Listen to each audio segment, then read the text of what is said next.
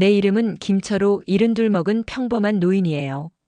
남들 눈에는 그냥 허름한 집에서 손녀 키우는 노인네로 보이겠지만 사실은 조금 다른 사정이 있지요. 젊었을 때 고생하며 번 돈으로 산 산골짜기 땅이 있는데 그게 요즘 개발 바람을 타더니 시세가 100억대라 하더라고요. 나는 그냥 살던 대로 사니 크게 실감은 안 나지만 사람들 눈에는 탐이 날 만한 재산이지요. 아들 내외는 젊을 때 교통사고로 세상을 떠났고 남은 건 10살짜리 손녀 하나뿐이에요. 손녀 이름은 지민인데 똑 부러지고 싹싹해서 이 늙은이 마음 붙일 때가 그 아이뿐입니다. 며칠 전 지민이가 내 지팡이에 조그만 열쇠고리를 달아줬어요. 작은 종이 달린 건데 걸을 때마다 딸랑딸랑 소리가 나지요. 할아버지, 내가 용돈 모아서 산 거예요. 예쁘죠? 지민이는 내 눈치를 보며 싱글벙글했어요. 아이고 고맙다. 이 늙은이한테 이런 걸 다 사주고. 그저 작은 물건 하나일 뿐인데 아이 마음이 고스란히 담긴 것 같아 괜히 기분이 좋더군요.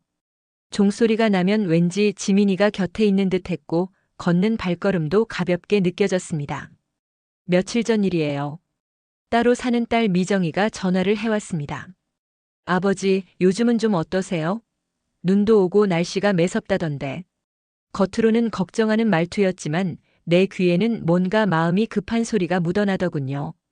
미정이는 내 큰딸인데 남편 성우랑 같이 장사를 하다가 크게 실패했어요. 빚이 눈덩이처럼 불어나 살림이 쪼들리다 보니 내 가진 땅 얘기를 슬쩍 꺼낼 때가 많았지요. 나는 대꾸도 안 하고 넘겼지만 속으로는 늘 불편했어요. 그날도 전화를 끊기 전에 미정이가 넌지시 말했어요. 아버지, 조서방이 이번에 같이 산행 가자고 해요. 지리산 쪽에 방갈로를 하나 알았다는데 공기 맑고 좋아서 아버지 기분 전환해도 좋을 것 같대요. 조서방은 말이 좋아 사업까지 사실은 돈에 쪼들려 허덕이는 신세입니다.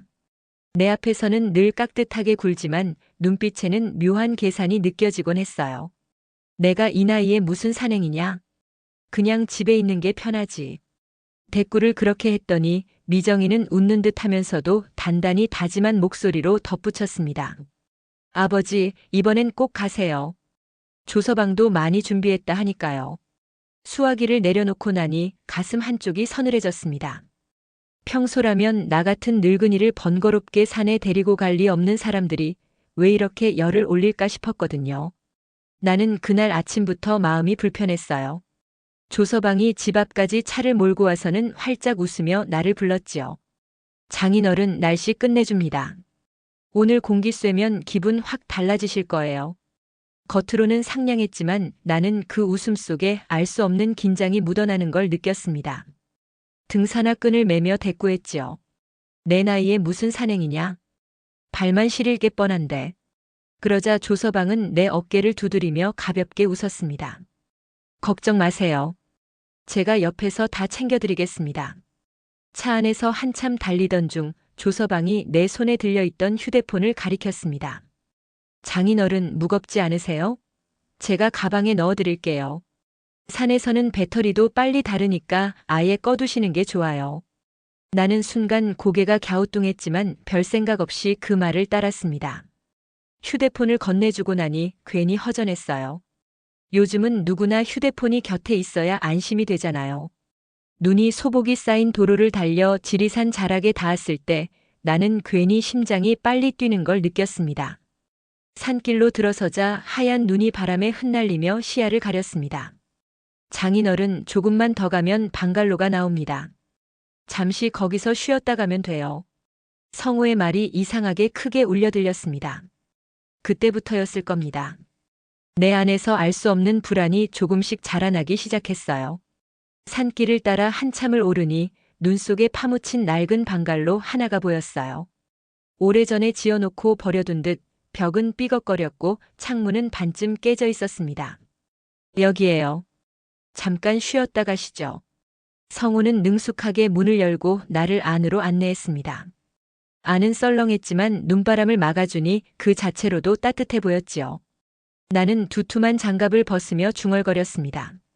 별장치고는 너무 허술하구나. 성우는 애써 웃으며 내 배낭을 내려놓게 했습니다. 장인어른 잠깐 여기 계세요. 저는 밖에 확인할 게 있습니다. 그 말이 끝나자 그는 몸을 돌려 문을 나섰습니다. 혼자 남은 방갈로 안은 금세 적막해졌습니다. 나는 탁 트인 산세를 구경할까 해서 문을 열려 했지만 이게 뭡니까? 산바람이 세서 문이 안 열리나 했습니다. 손잡이를 아무리 흔들어도 꿈쩍도 하지 않았습니다. 그제야 눈에 들어온 게 깨진 창문이었지요. 혹시나 싶어 다가가서 열어보니 바깥은 허공이었습니다. 방갈로가 절벽 바로 옆에 세워져 있어서 창문 밑은 까마득한 낭떠러지였어요. 이리로 나가면 그냥 곧장 추락이구나. 나는 서서히 불안감을 느끼기 시작했습니다. 조서방. 몇 번이나 불러봤지만 대답은 돌아오지 않았습니다. 그때 가슴속에서 싸늘한 기운이 올라왔습니다. 설마 날 두고 간 건가? 눈보라는 창문 틈 사이로 스며들며 얼굴을 때렸습니다. 그제야 이곳이 단순한 쉼터가 아님을 뼈저리게 깨닫게 되었습니다. 방갈로 안은 점점 더 차가워졌습니다. 숨을 내쉴 때마다 입김이 허공에 부옇게 흩어지고 그 입김조차 얼어붙을 것만 같았습니다. 손끝이 굳어가면서 지팡이를 쥔 손마저 덜덜 떨렸습니다. 살아야겠다는 생각에 방을 샅샅이 뒤졌습니다. 구석에는 오래된 장작 몇 개와 종이 조각들이 뒹굴고 있었습니다. 이거라도 태우면 하는 희망이 스쳤지요. 주위를 살펴보니 오래된 라이터가 손에 잡혔습니다. 떨리는 손으로 돌려보았지만 불꽃은 금세 꺼지기를 반복했습니다. 간신히 튄 불씨는 젖은 나무에 닿자마자 이내 사그라졌습니다. 제발 제발 한 번만 붙어다오. 입술이 얼어붙어 제대로 말도 나오지 않았습니다. 몇 번이고 다시 시도했지만 결과는 같았습니다. 불꽃은 잠깐 번쩍일 뿐 곧바로 꺼져버렸습니다. 그 순간 가슴속 희망이 송두리째 꺼져버린 것 같았습니다. 아, 이대로 얼어 죽는 건가? 손끝 감각이 완전히 사라지고 온몸이 굳어가는데 머릿속은 점점 흐려졌습니다. 어쩌다 이렇게 된 건지 조서방의 얼굴이 아른거리다가 곧 허공 속으로 멀어져 갔습니다. 방 안은 캄캄했고 귀에는 눈보라 부는 소리만 가득했습니다. 그 속에서 나는 차갑게 굳어가는 몸을 끌어안으며 이 밤을 넘기지 못할 거라는 공포에 휩싸였습니다. 얼마나 시간이 흘렀는지 알 수 없었습니다. 몸은 이미 돌덩이처럼 굳어 있었고 눈꺼풀마저 무겁게 내려앉았습니다. 그때였습니다. 멀리서 은은한 소리가 들려왔습니다. 똑똑똑. 규칙적인 목탁 소리였습니다. 한밤중 지리산 깊은 골짜기를 울리는 그 소리는 어쩐지 내 귀에만 들리는 듯 뚜렷했습니다. 나는 힘겹게 고개를 들어 귀를 기울였습니다. 그 순간 손에 쥐고 있던 지팡이에 달린 작은 열쇠고리가 흔들리며 미약한 소리를 냈습니다. 딸랑딸랑. 희미한 종소리와 산사에서 울려 퍼지는 목탁 소리가 겹쳐져 이상하게도 가슴이 두근거렸습니다. 이게 뭐지? 나는 그저 손녀가 귀엽다고 달아준 장식쯤으로만 생각했는데 어둠 속에서 울리는 그 소리가 자꾸만 마음을 끌어당겼습니다. 눈보라가 여전히 몰아쳤지만 어쩐지 누군가 나를 향해 다가오고 있다는 느낌이 들었습니다. 죽음의 공포로 가득하던 순간 아주 작은 종소리 하나가 내 귀와 마음을 붙잡아주고 있었습니다. 숨이 점점 가빠지고 의식마저 흐려지려는 순간이었습니다. 바깥에서 쿵, 쿵 하는 발소리가 들렸습니다. 눈이 쌓인 땅을 짓누르는 묵직한 소리였죠. 나는 힘겹게 고개를 돌려 문 쪽을 바라봤습니다. 잠시 후 계십니까? 하는 굵은 목소리가 들렸습니다. 낯선 목소리였지만 그 안에 묘한 따뜻함이 느껴졌습니다. 이어 문이 벌컥 열리더니 두툼한 외투를 걸친 스님 한 분이 눈보라 사이로 들어오셨습니다. 손에는 손전등이 들려 있었고 반대쪽 손에는 작은 단말기를 쥐고 계셨습니다. 스님은 날 보자마자 단말기를 들어 올렸습니다. 아, 여기군요. 방금 이 근처에서 특이한 신호가 잡혔습니다. 지팡이, 열쇠고리, 작은 방울 맞습니다. 나는 멍하니 내 지팡이에 달린 작은 종을 바라봤습니다.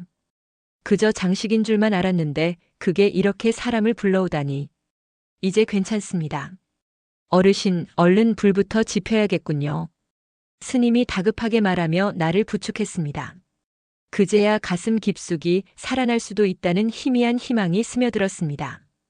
스님이 재빨리 방 안을 둘러보시더니 벽구석에 쌓인 낡은 장작을 끌어모았습니다. 손전등 불빛이 이리저리 흔들리며 방 안을 밝히는 모습이 마치 희망의 불씨 같았습니다.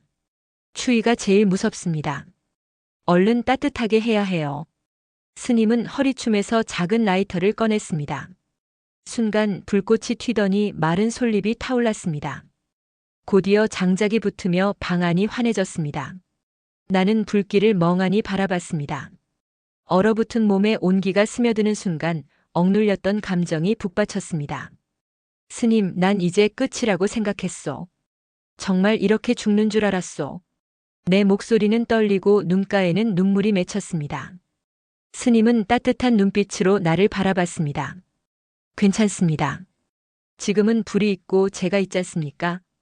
이제 살아날 수 있습니다. 그는 외투 속에서 물병과 작은 주머니를 꺼냈습니다. 조금만 드시고 기운을 차리셔야 합니다. 나는 떨리는 손으로 물을 받아 마셨습니다. 찬 공기 속에서 따뜻한 김이 올라오며 목구멍을 타고 내려가자 살았다는 실감이 조금씩 났습니다. 불빛 아래 지팡이에 달린 작은 종이 반짝였습니다. 손녀가 달아준 그 열쇠고리. 그게 아니었다면 이 자리에서 얼어 죽었을지도 모릅니다. 저는 떨리는 목소리로 물었습니다. 스님, 어떻게 저를 찾으신 겁니까? 스님은 숨을 고르며 차분히 말씀하셨습니다. 손녀분 덕분입니다. 오늘 지리산에 오르신다고 하셨는데 밤이 되어도 돌아오지 않으시니 아이가 울면서 지리산 주변 사찰과 사무소에 전화를 닥치는 대로 걸었습니다. 제발 좀 찾아달라면서요. 혹시 작은 종이 달린 열쇠고리 신호가 잡히지 않았느냐고 묻더군요. 그제야 지팡이에 매달린 열쇠고리가 눈에 들어왔습니다. 손녀가 몇 주 전 선물이라며 달아준 것이었습니다. 단순히 흔들리면 소리나는 장식품인 줄만 알았는데 스님이 말을 이으셨습니다. 그 열쇠고리에서 아주 약한 신호가 제 단말기에 찍혔습니다. 그 신호를 따라 이곳까지 오게 된 겁니다. 손녀분이 꼭 찾게 되면 자기 번호로 연락달라고 부탁하더군요. 나는 고개를 숙이고 얼굴을 가렸습니다. 그동안 꾹 참아왔던 눈물이 터져 나왔습니다. 그렇게 애타게 울며 불며 날 찾고 있었다니. 스님이 조용히 내 어깨에 손을 얹으며 휴대폰을 내미셨습니다. 지금 바로 통화하실 수 있습니다. 손녀분이 기다리고 있습니다. 손이 떨려 휴대폰을 붙잡는 순간 가슴이 벅차올랐습니다. 휴대폰을 귀에 대자마자 작은 울음 섞인 목소리가 들려왔습니다. 할아버지, 정말 할아버지 맞아요? 그 한마디에 눈물이 쏟아졌습니다. 목이 메어 말이 잘 나오지 않았습니다. 그래, 할애비다. 우리 하나 맞지? 할아버지, 어떻게 된 거예요? 나 너무 무서웠어요. 경찰서에도 전화하고 산사에도 전화하고 할아버지한테 무슨 일이 생긴 줄 알고. 손녀의 울먹임이 그대로 전해져 왔습니다. 나는 겨우 목소리를 가다듬었습니다. 미안하다, 하나야. 할아버지가 너한테 걱정만 끼쳤구나. 나도 무서웠고 얼어 죽는 줄 알았단다. 근데 내 목소리 들으니까 이제 살 것 같다.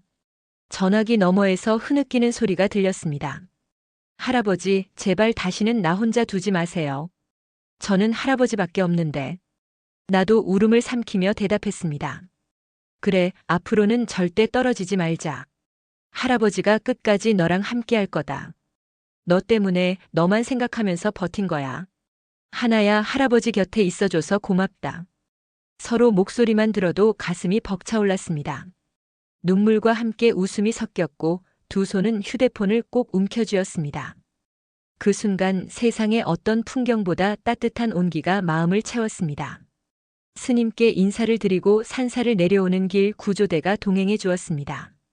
눈길은 여전히 미끄럽고 곳곳에 얼음이 얼어 있었지만 마음만은 한결 가벼웠습니다. 할아버지 조심하세요. 구조대원이 내 팔을 붙들어주며 천천히 걸어 내려갔습니다. 마을 입구에 다다르자 경찰차 한 대가 기다리고 있었습니다. 차 문이 열리더니 딸이 눈물 범벅 얼굴로 달려와 나를 끌어안았습니다. 아버지, 살아계셔서 정말 다행이에요. 제가 잘못했어요. 그 울음 속에는 안도와 후회가 뒤섞여 있었습니다. 나는 힘겹게 고개를 끄덕였습니다. 살아 돌아온 건 오직 하나 덕분이다. 그 아이가 아니었으면 나는 이 자리에 없었을 게다. 딸은 그 말에 더 크게 울며 고개를 떨궜습니다. 그 순간 이상하게도 함께 있어야 할 사위의 모습은 보이지 않았습니다. 경찰관 한 명이 다가와 딸에게 조용히 말을 건넸습니다. 남편분은 지금 조사 중입니다. 아버님 핸드폰을 소지하고 계신 정황이 발견됐습니다. 나는 그제야 모든 퍼즐이 맞춰지는 듯한 섬뜩한 기분을 느꼈습니다. 눈 속에 나를 홀로 두고 떠난 사람 바로 사위였구나. 몸이 다시 떨리기 시작했습니다. 추위 때문이 아니었습니다. 곁에 선 하나가 내 손을 꼭 잡았습니다. 할아버지, 이제 안전해요. 저랑 같이 있어요. 그 말 한마디가 나를 붙들어 주었습니다. 병원에서 며칠 치료를 받은 뒤 나는 하나와 함께 집으로 돌아왔습니다. 낡았지만 정겨운 우리 집 대문을 열자 따뜻한 공기가 얼굴을 스쳤습니다. 그 순간 가슴이 벅차올라 눈물이 맺혔습니다. 할아버지, 이제 괜찮으세요? 하나는 내 곁에 꼭 붙어서 떨어지지 않았습니다. 나는 아이의 머리를 쓰다듬으며 웃었습니다. 그래, 이젠 괜찮다. 너만 있으면 어디든 괜찮아. 딸은 여전히 고개를 들지 못했습니다. 아버지, 저는 죄가 많습니다. 남편을 막지 못했고 결국 이런 일이 벌어지고 말았어요. 그 말에 나는 잠시 침묵하다가 천천히 대답했습니다. 잘못은 내가 아니라 그 사람 마음에 있었다. 하지만 이번 일로 우리 모두가 배웠을 거다. 가족은 돈이나 재산이 아니라 서로 지켜주는 마음으로 이어져야 한다는 걸. 딸은 눈물을 닦으며 고개를 끄덕였습니다. 앞으로는 아버지와 하나 곁을 절대 떠나지 않겠습니다. 나는 고개를 돌려 하나를 바라봤습니다. 아이의 눈빛은 그 어느 때보다 또렷했습니다. 할아버지, 저도 약속해요. 앞으로는 절대 떨어지지 않을게요. 매일 같이 있어 드릴게요. 나는 손녀의 작은 손을 꼭 잡았습니다. 그래, 우리 둘은 이제 떨어질 수 없는 한 몸이다.